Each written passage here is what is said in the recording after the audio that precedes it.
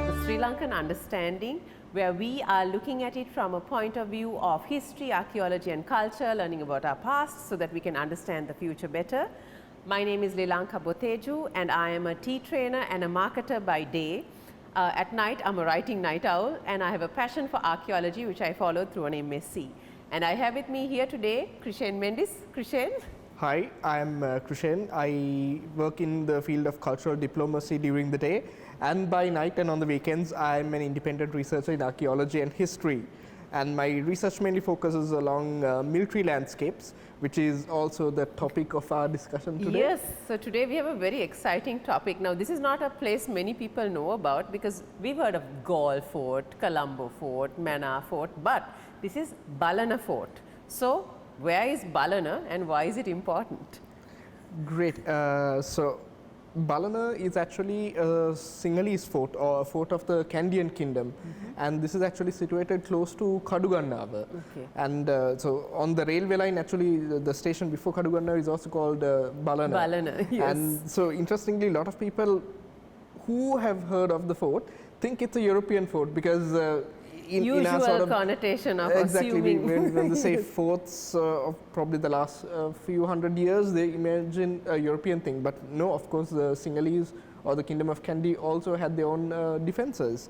And so Balana is actually situated on the old Colombo Kandy road. So it's not the present day road. Right. The old road went past Mavanella and then somewhat north upwards over the sort of the Alagalla mountain range. The larger mountain range is Alagalla, and then passing through that small valley with the Balana hill, it goes towards Danture and then to Gannorua and joins the current Kandy road. So Balana was from around the, well, you start hearing of Balana from around the 16th century. Okay. That's where the Kingdom of Kandy gets established. Then it has conflicts with the kingdoms below on the west. And so since Balana was on that main road, it was like a key point to check enemy advances. Right. And so Balana itself is called the lookout. Lookout, Balana. Yeah, and in Sinhala. And so it's on a small hillock where you can actually see the valley below towards Mavanella and towards the west. So it's the similar view you get on Kadugannava. So when you're climbing up the steep bends, it's a lovely view on that side. And so that when you actually go to the side, you get the idea of the strategicness of the pass. And so it was basically a fortified pass. And throughout about 200 to 300 years, there have been various forts built there. And even currently, you can still see the remains of a fort on Balana. Yes.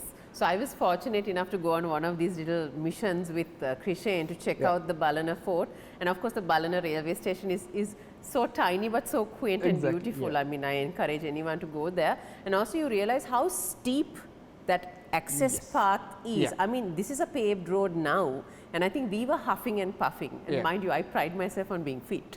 So it was quite steep, and I remember Chryshane telling us, so imagine this pathway totally overrun with like, Exactly, you know, if it was just a footpath. Footpath or just forest, right? And to go up there because Balana was significant, as we'll talk about it a little bit now, in terms of who came there. So who were the people who came there to Balana? Like in terms of yes, so of course, like I said, it was along the main route to Kandy, and so while the normal people also traversed there and traders and everything, armies also eventually made their way up Balana. And so Balana was always a key point where the Kandians or the people of the upcountry would try their best to stop an enemy advance. So the first battle of Balana we hear of when King Sitawaka Rajasinghe invades the Kingdom of Kandy, and then it is reported that there is a large battle that took place around the Balana hill, and then he defeats the Kandian army and captures the kingdom. Then again, likewise, so after his episode is over, when the Kingdom of Kandy gets independence under King Vimaladharmasuri I, then the Portuguese also attempt to take Balana, and so under Vimaladharmasuri in 1602, that's when you first hear the record of a proper fort being built there. So there is a description of the fort in an old Portuguese chronicle. And the Portuguese army again tries to besiege the fort for a couple of days, and then the Kandians tactically withdraw. And then the Portuguese, they take over the fort, and then like they realize it's a trap, and so then they retreat from there. Actually that entire military episode is called the Great Retreat, because The So Portuguese this is a army. military like a tactic, right? That they retreat from the fort. Yes, so and allow Candians the were famous enemy for in. that. Yes. So the negative side of it is the city of Kandy or Mahanura constantly gets burnt down to the ground. But Oh. in the end, there is less casualties on the Candian side because all the, especially the Portuguese armies would invade the interior of the kingdom of Kandy, and then the king would withdraw with his troops away from the city and cut off all the supply lines, and virtually the enemy army is just massacred. So, yeah, Yeah. it's an easy win actually. Yeah, easy win. But that's a very With the interesting sacrifice point of the city, though. of the city. But then, yeah, you take a Gamble, calculated risk, as it were. So that's a very interesting point. So in terms of Balana's fortifications, right? So now you mentioned that it was built. Yes. Right. So basically, Balana was just first a hillock as a lookout point, and then later they built it. Yes. So interestingly, even I think that area would have been widely known around human settlements, even towards about this early centuries BC. Okay. Because right opposite the Balana hill, there's an old Devale, and there are two old caves with drip ledgers, Oh, and okay. that's usually associated to With, the early period of Buddhism in Sri Buddhism. Lanka. So around the second century BC. BC. So that area is definitely known. That means, and so the fort, what you see there, what I believe after my archaeological surveys and constant, I've gone there numerous times. Since you were 12, correct? 17. 17, in the 12th grade. Yeah. Okay, right. Of course, I dragged my dad there and went by force. So what you see there is that like it's a small hillock, and then the road, of course, goes at the base of it. But there's lots of rocks there. So what I think would have happened was they would have first used that natural formation as a sort of a strategic location to block the pass. Right. But eventually, when warfare became more complex, they decided at some point, maybe in the 17th or 18th century, to build a more permanent fort, because the military organization of the Kingdom of Kandy was different to the Europeans. So they didn't have like a permanent garrison. So that's why they have less, you see less forts. And so Balana is again unique in that sense as an archaeological monument, is because it's the only well-preserved remains of a Kandian period fort you find anywhere. That we have found so That we have far. found. Yeah, there are a couple of others, Yes. but those are in private lands, not conserved, not Right. really looked at archaeologically. So Balana is the only well-preserved archaeological site of a Kandian period fort we find there. And so again, we don't know when exactly it would have been built, but the last reference you get to a stone fort in Balana is in 1762 during the Dutch-Kandian War of that time. And of course, then soon after in 1815, when the Kandian kingdom falls, its use completely goes off. And so what's interesting is that the fort, you can see that it's mostly foundations, but since it's on a hillock, the height differs. So at some places it's just like 2 feet, but on the other side you would find about 6-7 feet. I think we explored this when we went around, right? Yes. You go down a certain path. Yeah, that's what, so what is actually preserved is the fort on top of the hillock. So you have a very narrow entrance, very characteristic of a Sinhalese fort, and you actually have, it's a sort of a quadrangular shaped fort with 3 circular bastions. So bastions are in a European fort, those triangular projections you see on the edge, right? Yeah, on and the so you can edges see of the, that same thinking adapted in Balana, but circular, which is a bit unorthodox. And you mentioned this. Why is it unorthodox? Yes, so that's probably to do with the location since it's on a hillock, but maybe also to suit the Sinhalese nature of warfare. Warfare. So that we need to study that. Study, so more projects for you. Okay, so definitely. And so, like I said, what's not known is just below the main fort on the hill, you actually have another line of rampart, which is within the archaeological reserve, but it's not maintained. So all the people go up to the fort. It's very, very nice if you remember. Yes. It's like a park. Beautiful. It's like, I loved it. Yeah. Lovely. And it's so peaceful up there. Yes. Exactly. So a lot of people go there like for picnics. Yes. But the rest of the ramparts actually downhill. And you don't see that. And so what's also interesting when you look at the Google Map reviews, people say, oh, this is a lovely place, but nothing much to see here. Okay. That's also partly the authorities' fault. There is not too much information on that site when you go there. Yes. But of course, when you look at it archaeologically, it's an amazing site. And so, we will come back to that. We are going for a little commercial break, so stay tuned for the Balana Fort information.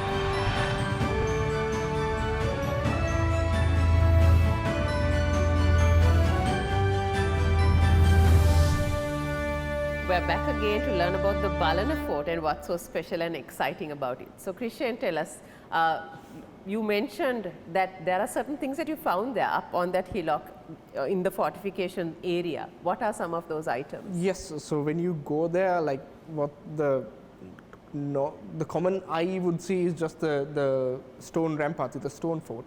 But for an archaeologically trained eye, you would start to see different artifacts scattered on the surface. And most of the artifacts there are of roof tiles.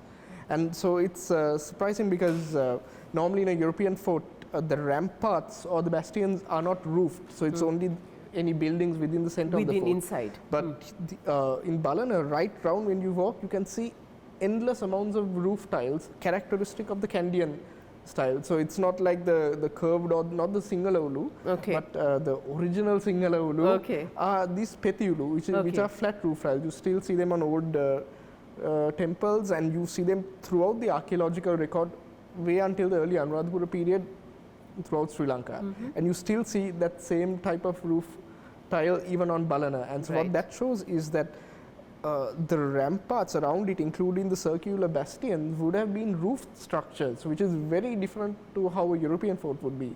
And so, like I said, I forgot to mention this. So the study of Kandian period fortifications have not been conducted at all. And so that's where my research and interest came in, where I explored this even through my master's thesis in archaeology. And so I'm still exploring this, and the Balana Fort therefore is one of the most important sites we have to properly study a Kandian period fort and how it would have been used and everything, because the Sinhalese sources are very much silent on how the Sinhalese approached fortifications. It was different to the Europeans based on my studies, but they still did have forts. So Balana is a good case study and a good archive of archaeological knowledge still waiting to be touched. And so that's where I started meddling around, and so I have heard of this during my school time as well. And so in 2012, I went on a family trip. I went to Balana with my dad. It was not known then on the internet. You couldn't find a picture of the fort. And I just heard that there are remains of the fort. So then I took my dad and we saw it. And I actually wrote to the papers back then. So it was always there, that interest in me to go back to Balana. And so then in 2017, when I was doing this, I just wanted to write a simple article on the Balana fort. And then I realized there is not even a ground plan of the fort. So then I took permission from the Department of Archaeology and took some volunteers, and we actually measured the entire fort, and I put out this article. And so that came out in 2018. So that's where we got the first ground plan of the fort. And as you know, as archaeologists, ground plans tell you a lot. So once you survey and map out a certain site, that gives you so much more information than actually sometimes being there in the site itself. So that's where I started it, and then through my master's thesis in 2020, I was mapping out other archaeological sites of Kandian fortifications. And in that research, I also then found out that there is this technology called LiDAR, or it's basically airborne laser scanning technology. And light detecting. Light detection and ranging. So it uses the same technology as a radar, but it fires a laser pulse. And so that's a very high-tech thing where you would use an aircraft or a drone to scan the entire terrain, and then you get a really detailed 3D model. And lucky enough, the Sri Lanka Survey Department has LiDAR data for certain regions, and I was very fortunate to have Balana. And so I remember this. And also, I think what's important about LiDAR is that it pierces forest cover, which is really not necessarily, but yes, in general. In general, you can digitally remove the tree cover, and then because sometimes you go into a forested area, if there is like archaeological features like a mound or a brick or a wall or something, you won't get a clear idea on what it is because of the vegetation. But in this case, if you can digitally remove the trees, then you see what's there on the background. So that's very good to study the landscape of a site. And so then I got the LiDAR data of Balana, and that really opened up the site to me through a landscape perspective. So that's something I could have never done through surveying on the ground, because it covered the entire hill. Yes. And so then I did my analysis and published it at the Department of Archaeology's National Archaeology Symposium in 22. And I got a lot of positive feedback, because in that analysis I actually managed to identify a moat around the fort from the north and east, which you can't actually see today because it's overgrown. You mentioned a trench, is that it? The trench, the moat, right. yeah. So there is a trench-like feature on that LiDAR So map. basically they had, so if there was a trench or a moat, would it mean that there was water there? No, no. So since these are on hillocks, you don't get water-filled moats, but most often you would still find like a dry ditch, they call it in military terms, a dry ditch just beyond the walls of the fort. So that would be sort of an obstacle if an enemy is attacking up the hill. You can't straight away go to the walls, you have to go through the ditch.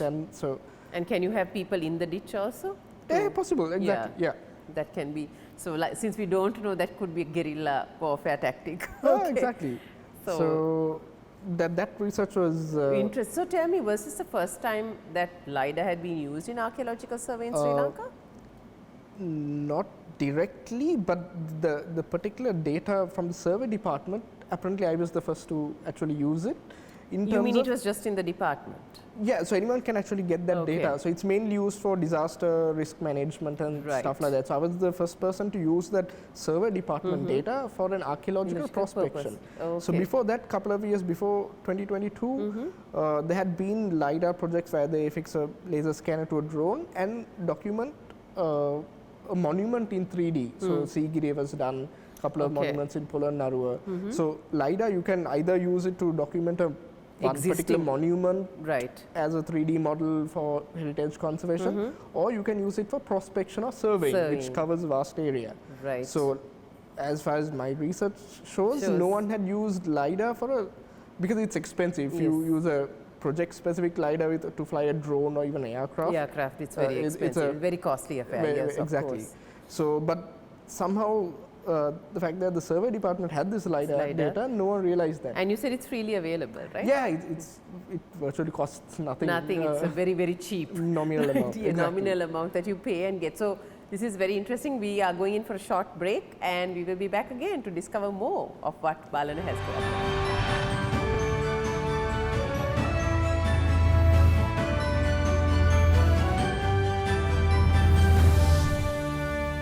So we are back looking at the Balana fort and why it's significant, and I have Chryshane here with me who's going to tell us what his research has discovered about this fort and its significance. So yeah, so like I was saying, Balana has been my key area of research now, which I hope it would lead on to a PhD as well in the future. So ever since that LiDAR survey, I've expanded that, studied the landscape, tried to see the different approaches to the fort, how an army could have invaded and attacked, and it shows a lot. And then this year actually, so I've always been interested in using these different technologies and tools to explore the fort, because of course it's lovely to, I'd love to dig the fort up, but that's in a the huge traditional cost excavation model. But so I realized, I found out that the University of Sri Jayawardhanapura's Faculty of Technology has a ground penetrating radar, and he's a friend of mine, the operator, the researcher. He actually is trained in archaeological background to identify archaeological features, because it's a technical thing, and even the Geology and Mines Bureau has it, but they are not trained to detect archaeological features. So you need the proper skill set. And so he has been training himself and now training a cohort of students on this. And I was like, here we have this fort here, because we have no idea what the interior layout of Balana is, but based on all the scattered artifacts, there's definitely something in the middle. And so like I said, we know next to nothing on Sinhalese forts of this period. So Balana is like a super case study where we have to use archaeology to find the answers. And so then I proposed this to him, and he was like, yes, I can use it as part of our coursework. And then in February, he came, and over 2 days with the students, he scanned the entire interior of the fort. And just last week, so this is like, okay, this is hot news. Last week, as in whenever this, so then he told me that the results, he has just submitted the report to the Department of Archaeology, and below the surface, about 2 meters below the surface, there's actually internal compartments, rectangular compartments made out of stone. Wow. Which he identifies are part of the foundation of the fort. So they were not like building structures, Right. but since this is on a hillock, if you remember the site, Yes. it slopes on either all four It's sides. quite steep actually. So it's a nice little top exactly here like that. So, Yeah. and then the walls just hold this entire fill of earth Sort in the of like middle. like they're guarding something in a Exactly. sense. So yes. he says to reduce the water pressure when it comes to drainage, to reduce the water pressure in the soil acting on the outer ramparts, these internal compartments would have sort of reduced that pressure. Oh, and okay. that is like very, very new information on sort of Kandian period engineering. Right. Because in general, archaeological research onto the Kandian period of the last couple of 100 years is less, but we do know a lot from temple buildings, all the viharas and pilamages and even some palatial buildings. Right. But so the fort is a complete different type of monument Yes. and a secular building, and so this is actually like very new news, which I was very excited Oh, excellent. to see. And when you see that map, you can actually see like geometric. So let me understand now. I remember the fort being, so you get the wall straight down. So this is below that as well. Below, right? like when you go onto the fort, On that top. lovely garden-like Yes. area, this is below that, within the center of the fort. Right. Okay. So it's within that wall. Within the whole thing, yeah, within that Okay. enclosure. Exciting. And yeah, I was super excited for that. And so, but he says there's not too many ruins, not too many sort of features within the first meter.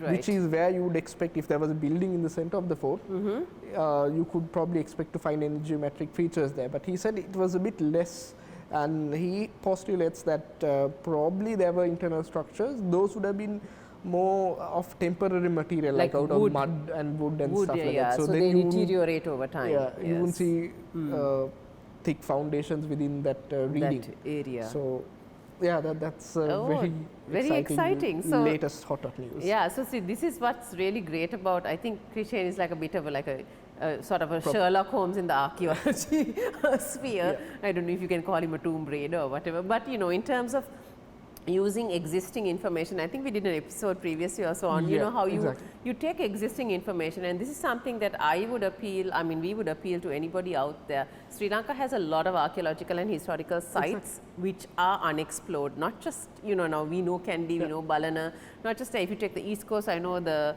you know, what you call the Rohane, like the down there, there are places that no one's ever seen, And because there's so much to see. Exactly, and so even the things I did, it's not like magic. Like I have Exactly. never dug in Balana or anything. Yes. It's everything from existing information and all simple surface surveys, and you can come out with so much. So much, and also I think it's very important looking at modern technology to use towards looking at historical things and archaeological things, because that is the norm overseas. I know, like globally, if you look at LiDAR and all, is used prevalent. Yeah, like exactly. It's very prevalent. Sri Lanka is still getting used to this kind and of we are still, you know, very technology. traditional in how we. I mean, even people assume, you know, when you say archaeology, you're digging something. Exactly. Right? So immediately the that's so assumptions you're out there with a stereotypical, shovel digging, and you're like, that's just one aspect of it. But even in our previous episodes, we've looked at how historical narratives, even actual like data, what you have today, can help build up the story, because archaeology as a discipline is multidisciplinary now. We don't look at it just purely from one point of view. So Balana, I think, is a great example again of like how you can use technology and look at coming to conclusion, of course, discovering new things. And I suppose now the next step would be possibly looking at an excavation actually of one section of it. I would love to do that. It's a bit complicated, but definitely. Yeah, because going 2 meters down would be quite a exactly, to actually see, you know, how these are, and especially we also wouldn't know if we do excavate. You probably find a lot of artifacts that were used by the people in the fort, so we don't know what exactly. And also see, I think that ground radar won't show like little fragments and things like that. So you know, the colors of the have tiles, or I don't know if they had any kind of military equipment or any remnants of things. Maybe you'd find cannonballs, or like pellets or something. Pieces of pottery and roof tiles. Those are like the most common areas, but you never know what else you would find. You never know what else I'm also very curious to see. That's what I'm looking with a PhD project also, in terms of, do we find foreign material culture in Balana, because it was sort of a guard post, and along the main route to Kandy. And so we know during the Dutch period there were generally cordial times. All the Dutch embassies used to go up that road. Okay. And they would have definitely stopped at Balana. Balana. Okay. What do you find of those interactions? Right. We have no idea. No idea. So yeah, love to. Okay. So great. So I think, I mean, we've come to the end of our episode, but I think this is a good example of, like, you know, going out there and doing some detective work with available materials and discovering new things about our past. So thank you for joining us, and stay tuned for the next episodes that will come along, where we explore history, archaeology and culture to learn about our past so that we can better understand our future. So thank you. Thank you.